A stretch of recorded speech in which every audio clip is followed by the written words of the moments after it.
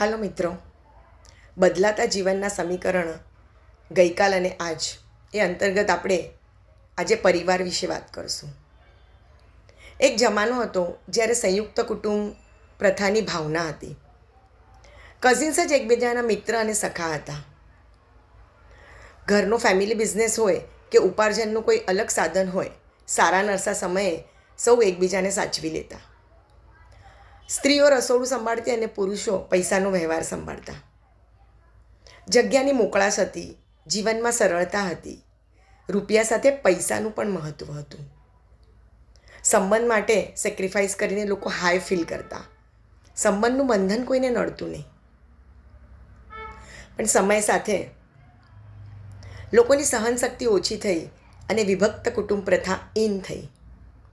આજના લોકો એમ્બિશન અને રિલેશન બંનેને બેલેન્સ કરીને જીવવામાં માને છે. પણ બદલાતા જમાના સાથે જૂની માન્યતા અને વિચારસરણીઓમાં પણ બદલાવ આવ્યો છે. આજની ઘણી સાસુ પોતાના દીકરા સાથે વહુનું ટિફિન પણ પ્રેમથી ભરે છે. એમની સફળતામાં પોતાની સ્વપ્નપૂર્તિનો અહેસાસ કરે છે. દીકરો અને વહુ બંને સાથે મળીને ઘરનું અને બહારનું કામ કરે એ નવા વિચારને અપનાવીને બદલાતા જમાના સાથે આગળ વધવાનો સમય હવે આવી ગયો છે. હા, હવે ઘરના કઝિન સાથે બહારના મિત્રો પણ ફેમિલી બની ગયા છે. પણ એના લીધે આપણે આપણા કલ્ચર સાથે સાથે બીજાના કલ્ચરને પણ સમજવા અને જાણવા લાગ્યા છીએ. આપણે એમને પણ અપનાવવા લાગ્યા છીએ. જગ્યાની સંકળાશને લીધે હવે ફેમિલી ગેટ ટુગેધર બહાર થાય છે.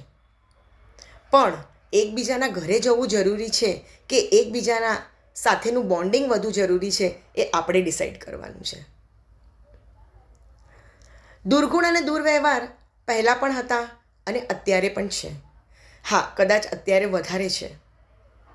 પણ એકબીજાને દોષારોપણ કરવા કરતાં આજના નવા જનરેશન્સની આઈડિયા અને વડીલોના એક્સપિરિયન્સને સાથે મળીને આપણે એને દૂર કરવાનો પ્રયત્ન કરવો જોઈએ. So let's get together and step forward to build healthy and last longing relationship.